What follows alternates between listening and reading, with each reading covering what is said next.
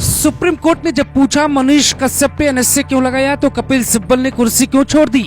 फैसले से पहले मनीष के पक्ष में कोर्ट की टिप्पणी से हिली बिहार तमिलनाडु सरकार, उड़े चेहरों के रंग। कपिल सिब्बल कमर पे पैंट चढ़ाते रहे, जज साहब फटकार लगाते रहे। मनीष केस में बड़ा ड्रामा हो गया। तुम मजलूम समझ के टकराए थे, सोचा था कमजोर को खत्म कर तानाशाही दिखाएंगे, पर किसी ने क्या खूब कहा था, हवा का झोंका पेड़ हिला सकती है पर पनपते पौधों को नहीं गिरा सकती। मनीष कश्यप पे बिहार और तमिलनाडु पुलिस की करारी हार की ये महज शुरुआत है। सुप्रीम कोर्ट में ज्यादा काम होने के कारण मनीष कश्यप का केस थोड़ी देर से आया पर दुरुस्त होकर आया। केस की फाइल जैसे ही जज साहब ने पढ़ी वैसे ही नाराज हो गए, गुस्से से लाल हो गए और ऐसा सवाल पूछा कि तमिलनाडु सरकार के वकील कपिल सिब्बल की बोलती बंद हो गई।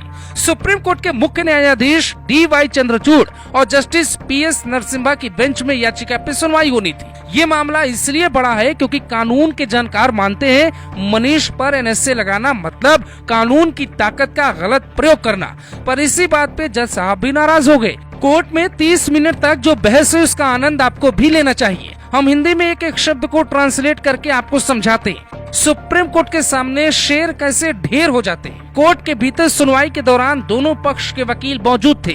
कोर्ट ने सबसे पहले तमिलनाडु सरकार के वकील से सवाल पूछा, मनीष कश्यप पर किस आधार पे और क्यों एनएसए लगाया गया है? क्या कोई तर्क है आपके पास? क्या ऐसे केस में एनएसए जैसे गंभीर कानून का लगाना उचित है? मैं इस पे सवाल खड़े करता हूँ। सीधा सवाल सुनकर पहले तो तमिलनाडु सरकार के वकील हिल जाते हैं और फिर कोर्ट से कपिल सिब्बल जो कहते हैं वो ध्यान से सुनने लायक था। मिलॉर्ड, उसके यानी मनीष कश्यप के 60 लाख फॉलोवर्स है। वो एक राजनेता है, वो चुनाव लड़ चुका है, वो पत्रकार नहीं है और उसने वीडियो राजनीतिक एजेंडे से बनाया है। देखिए वो कर क्या रहा है। फर्जी वीडियो बनाते हुए कहता है तमिलनाडु में रह रहे बिहारी लोगों पर हमला किया गया, जिससे प्रवासी मजदूरों में भय और दहशत का माहौल बन गया।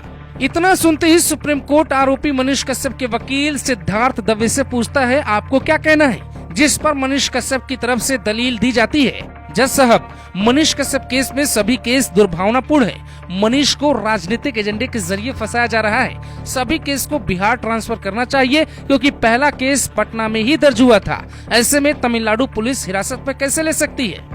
इतना सुनते ही अपनी कुर्सी छोड़कर कपिल सिब्बल खड़े हो गए और कोर्ट को समझाने लगे। सिब्बल ने विरोध जताते हुए कहा कि सभी FIR अलग अलग कानून के तहत दर्ज है और साथ ही मनीष कश्यप तमिलनाडु के अलग अलग क्षेत्रों में गए, वहां घूमकर वीडियो बना रहे थे, इसीलिए अलग अलग FIR को बरकरार रखना चाहिए। कपिल सिब्बल को लगा कि बस जज साहब मेरी बात सुन के मनीष कश्यप के खिलाफ कोई और सख्त आदेश देंगे, पर जो कहा वो सुनकर आप खुश हो जाएंगे, न्यायपालिका पर आपका भरोसा बढ़ जाएगा। सुनवाई के दौरान सुप्रीम कोर्ट ने साफ कहा मनीष पर लगाए गए सभी केस एक जैसे लगते हैं। बिहार सरकार के वकील ने भी तमिलनाडु के वकील कपिल सिब्बल की सुर में सुर मिलाते हुए कहा कि सारे FIR को बिहार में ट्रांसफर नहीं किया जाए। साथ ही मनीष को आदतन अपराधी बताते हुए कहा कि उस पर बिहार में पहले से ही कई मामले चल रहे। इसी बात पे जज साहब ने भी सीधी टिप्पणी करते हुए ये तक कह दिया, बिहार और तमिलनाडु सरकार अपना जवाब 28 तारीख तक कोर्ट में पेश करे।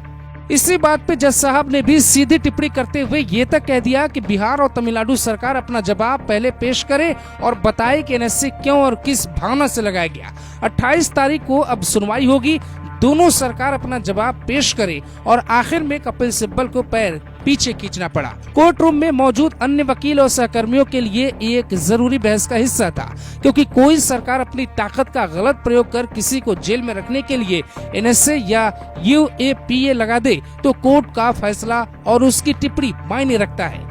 मनीष कश्यप पे 28 तारीख को बड़ा फैसला आ सकता है। उम्मीद जताई जा रही है कि एनएसए हटाने का आदेश सुप्रीम कोर्ट दे सकता है। बिहार और तमिलनाडु सरकार को सुप्रीम कोर्ट ने सख्त आदेश दिया है, 28 तारीख तक मनीष को किसी और कोर्ट में पेश होने की जरूरत नहीं है। ये साफ संकेत है कि कोर्ट का फैसला मनीष के पक्ष में ही आने वाला है, क्योंकि हर सरकार की तानाशाही कोर्ट की दीवारों से लड़कर टूट जाया करती है। Bureau report, global Bharat TV.